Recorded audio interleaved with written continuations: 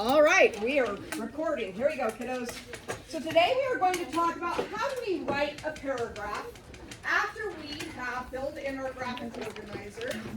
How do we use all this information that we've written in an organized way?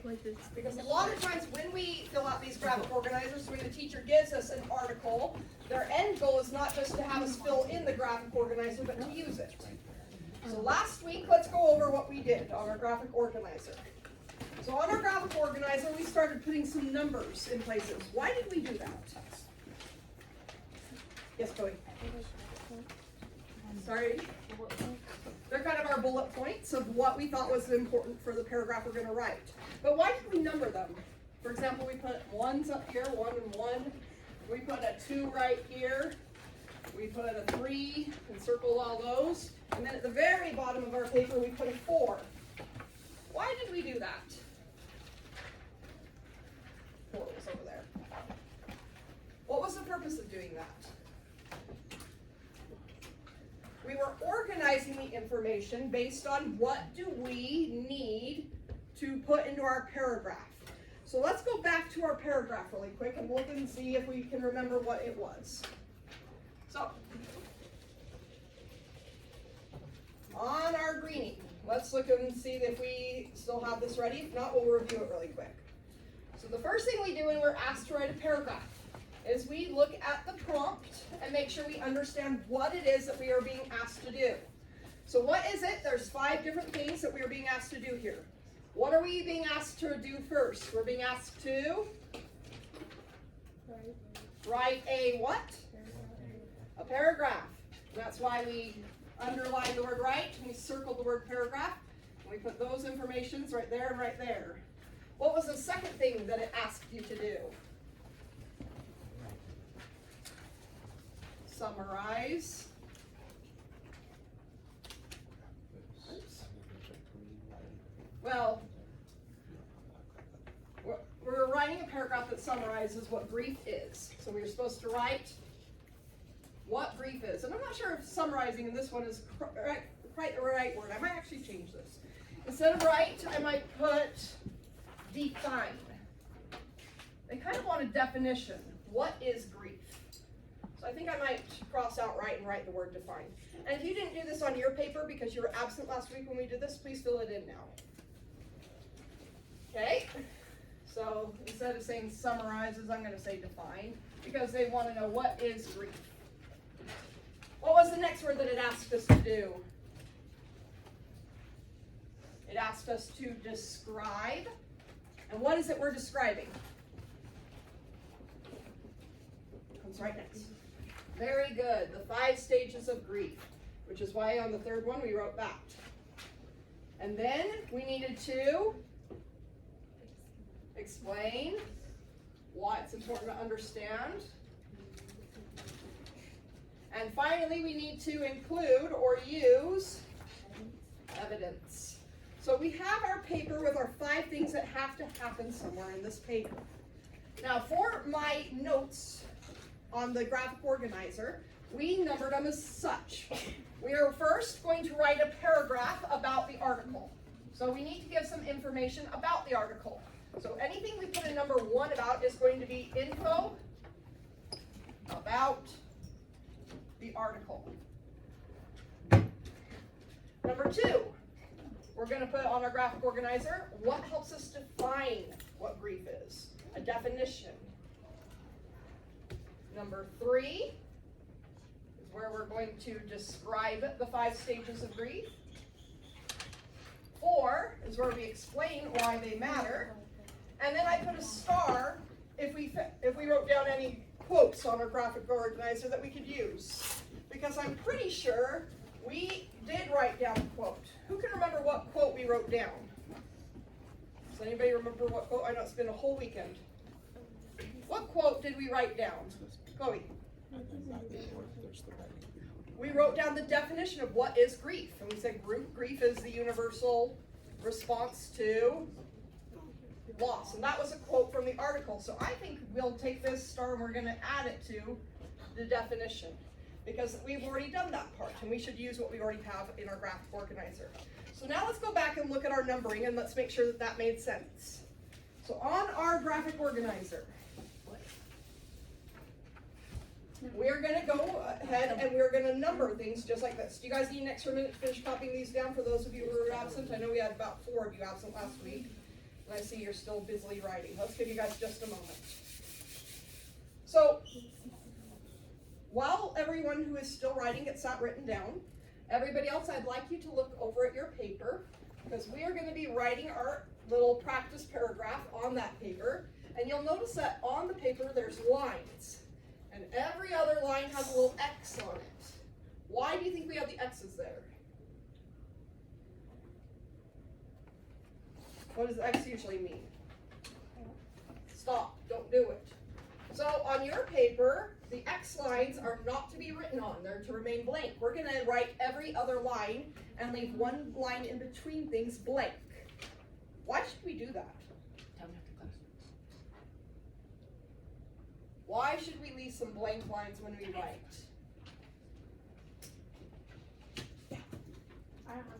Well, take a guess. There isn't necessarily a right and wrong answer here. There's a couple things. Liam? What do you think?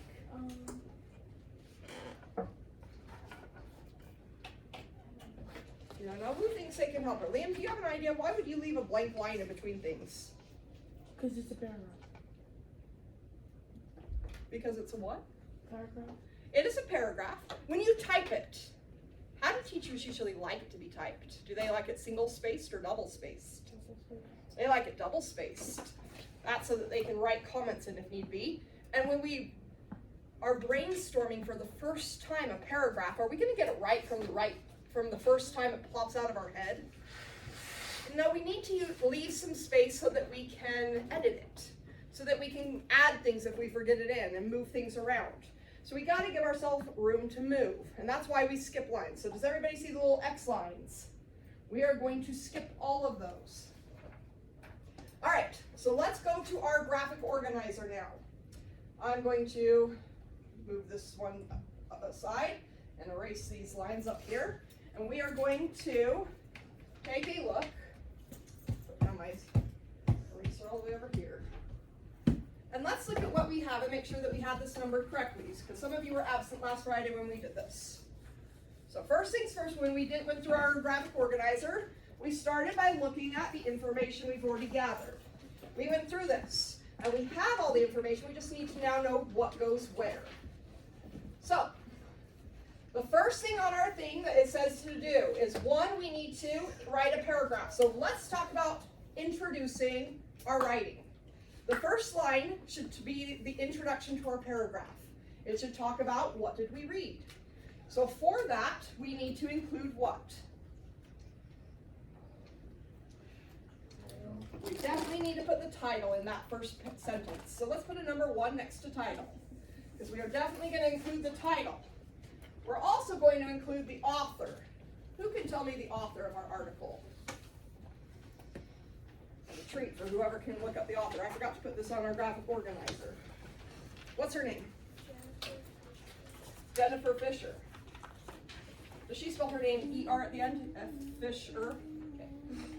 Jennifer is spelled with 2 N's, Jenner, and then Fisher is Fisher. So we will add her name and make that part of 1 as well. Usually, we mention what type of an article it was. This was a description article. And we mentioned what the topic was. So these were our number 1s. So we're going to take these number 1s, this one, this one, this one, and this one, and we're going to write our first sentence. This first sentence is called our thesis.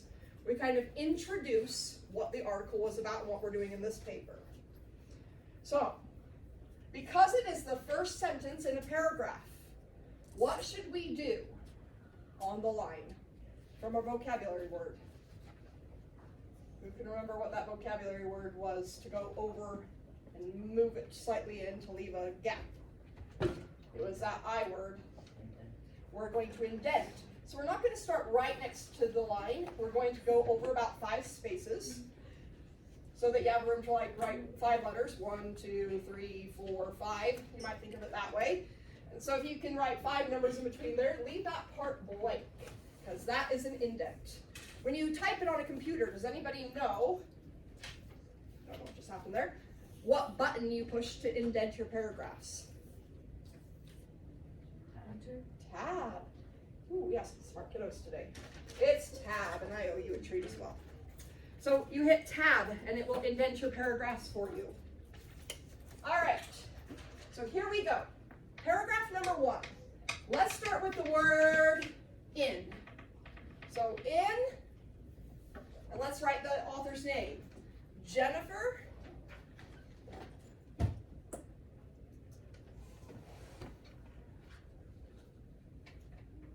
Fisher's,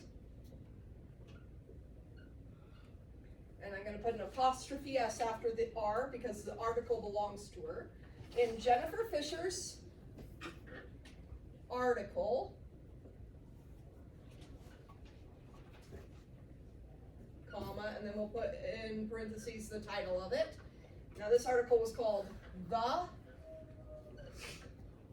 skip a line, 5, and I don't indent on the second line, just on the first. Stages of grief, and quotation marks. So in Jennifer Fisher's article, The 5 Stages of Grief, what does she do in it? What was her topic? What was our topic up here? She explains how people deal with grief.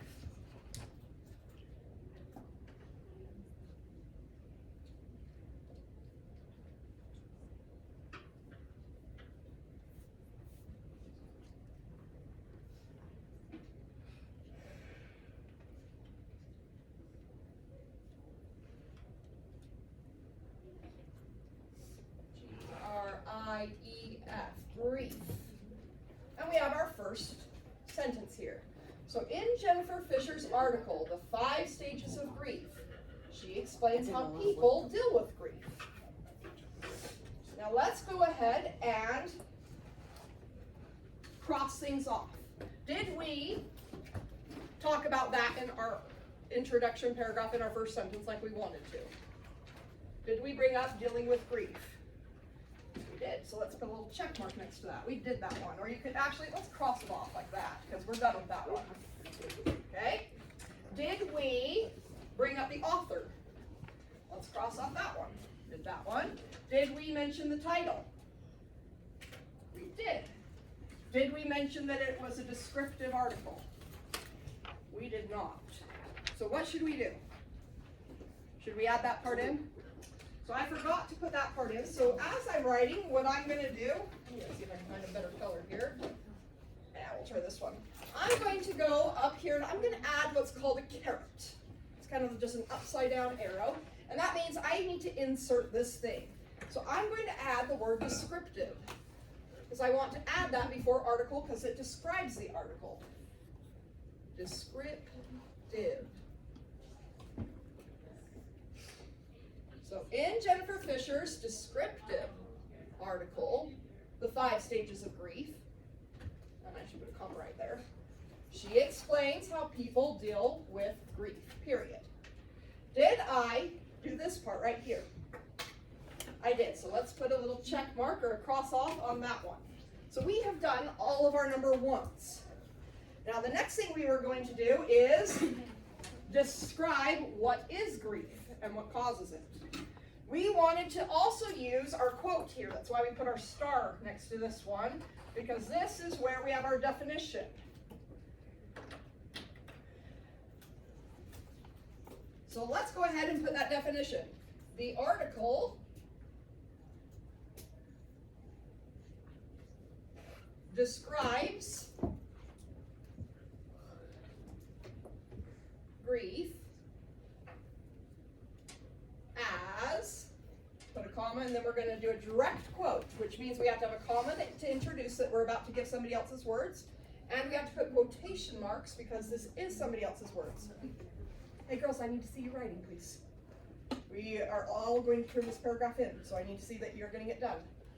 So let's now write down word for word from the article, but we copied it into our graphic organizer, so we can just use it from our graphic organizer, what that quote that described grief was. Grief is the universal response to dealing with loss. So we're going to write that in there.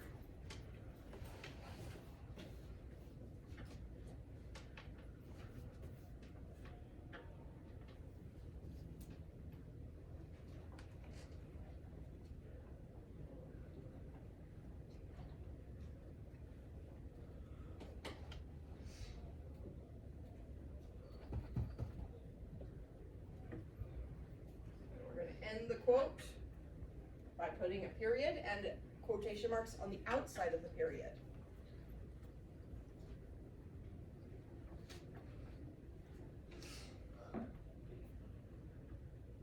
Let's go ahead and listen to how our paragraph sounds so far.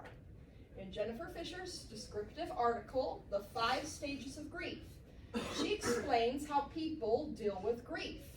The article describes grief as grief is the universal response to dealing with loss. How do you think it sounds so far? Is there anything we don't like about our paragraph so far? My only complaint is I feel like we're saying the word grief a lot. Grief, grief, grief, grief. I think we said it like 6 times so far, it feels like. And we feel a little repetitive. So I wonder if we could maybe replace that word grief with something else so it doesn't seem so repetitive. So let's see if we can maybe replace a word or two of the grief. Now we can't change the title. That's what it is. So that grief has to stay there. So in Jennifer Fisher's article, The 5 Stages of Grief, she explains how people deal with grief. But we have grief again. Is there another word for grief we might use?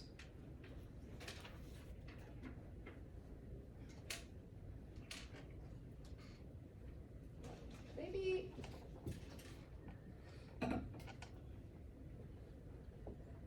have you guys ever heard the word mourn? When you're mourning something, it's another word for how people, instead of say deal with grief, maybe I'm going to write the word mourn. How people mourn. So in Jennifer Fisher's descriptive article, 5 Stages of Grief, she explains how people mourn.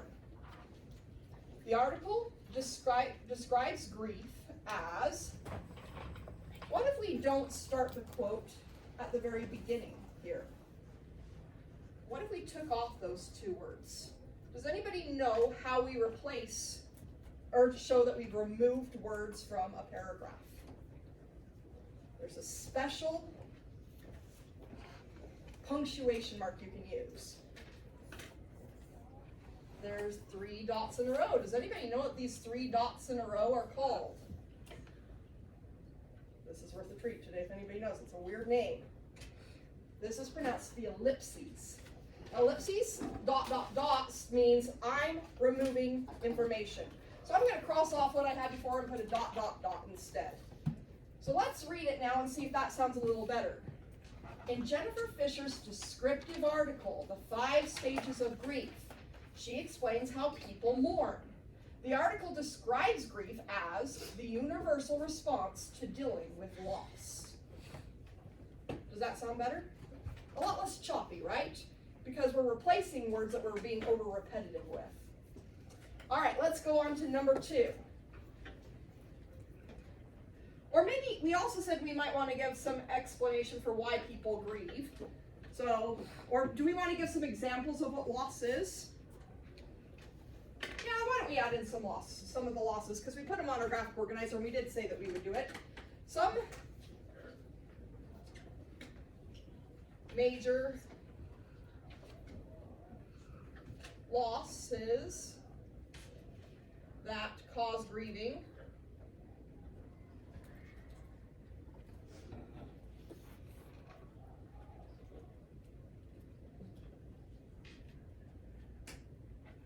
include, and then I'm going to put a colon.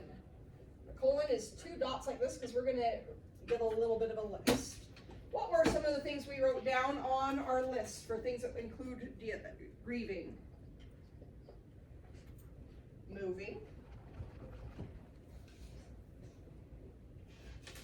Who can give me another one that they wrote on their list? What else causes grief on that first column? What did you guys write down? What's a major loss that causes people to grieve? I'm sorry. Death of a loved one.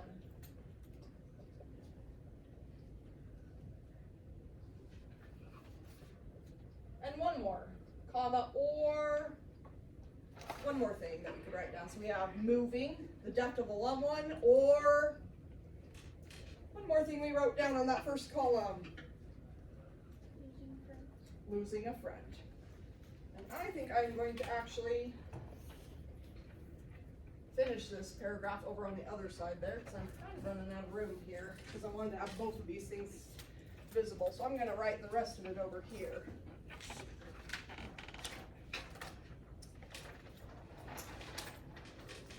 All right. So how do people deal with grief? That's our next part that we need to go on to. Well, actually, let's double check that we did everything we were going to. So on our format, we said for number 2, we needed to write and include a definition of what is grief. Did we do that? Okay, let's mark off our number 2 then, because we have checked off number 2 and the little star because we have included our quote. So check and check. Let's move on to number 3. It said we needed to describe the 5 stages of grief. So on our paper, let's go ahead and look up here and let's double check that we've got this. So we have our stages of grief. They're right here. We need to describe them. So we said some of the major losses that cause grieving include mourning, death of a loved one, or losing a friend. Let's now talk about there are 5 stages in which people grieve, or there are 5 stages to people's grief. That sounds better. Let's go with that one.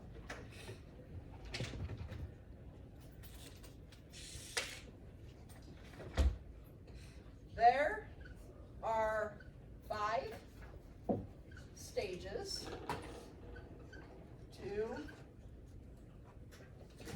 people's, and I'm going to add that apostrophe S because the grief belongs to people. Grief.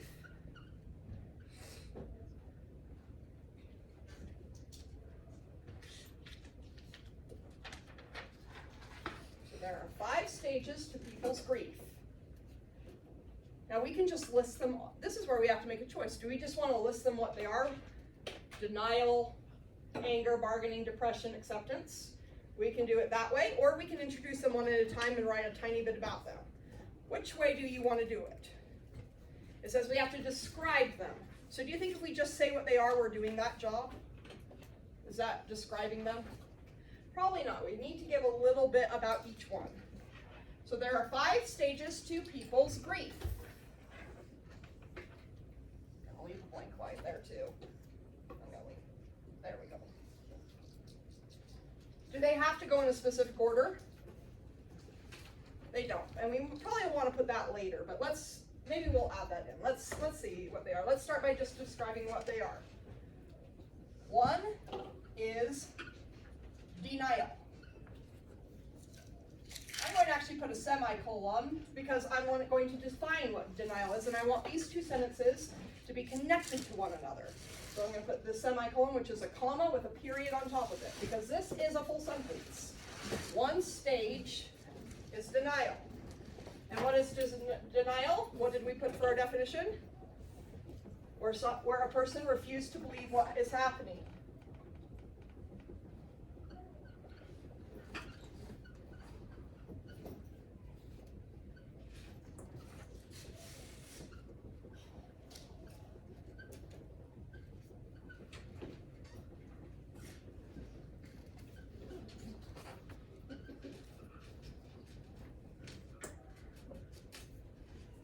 And you know, I don't really like saying one is denial. I think I'd like to add up here as a caret, one stage is denial, where a person refuses to believe what is happening. And another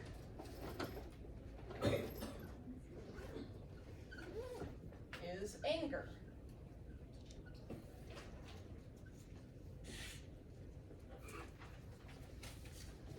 Actually, I don't know if this should be a semicolon. This part right here, I'm not sure it's a full sentence. Where a person refuses to believe what is happening is not. So maybe it should just be a comma, because we're going to add that as an apostrophe, as an extra added thing about describing what is the denial. Another is anger, and I can spell anger, right? Add an R on the end of that. All right, kiddos, let's go ahead and finish this sentence, and then we'll clean up. What is anger? Or who do we get angry at? Who do we put? Family. Or someone is angry. Oh, and I forgot to skip a line there. Oh, really tiny line in there. At family, friends, or God. And we will end it there because that's our bell. Never enough time. You guys were excellent today. Good job.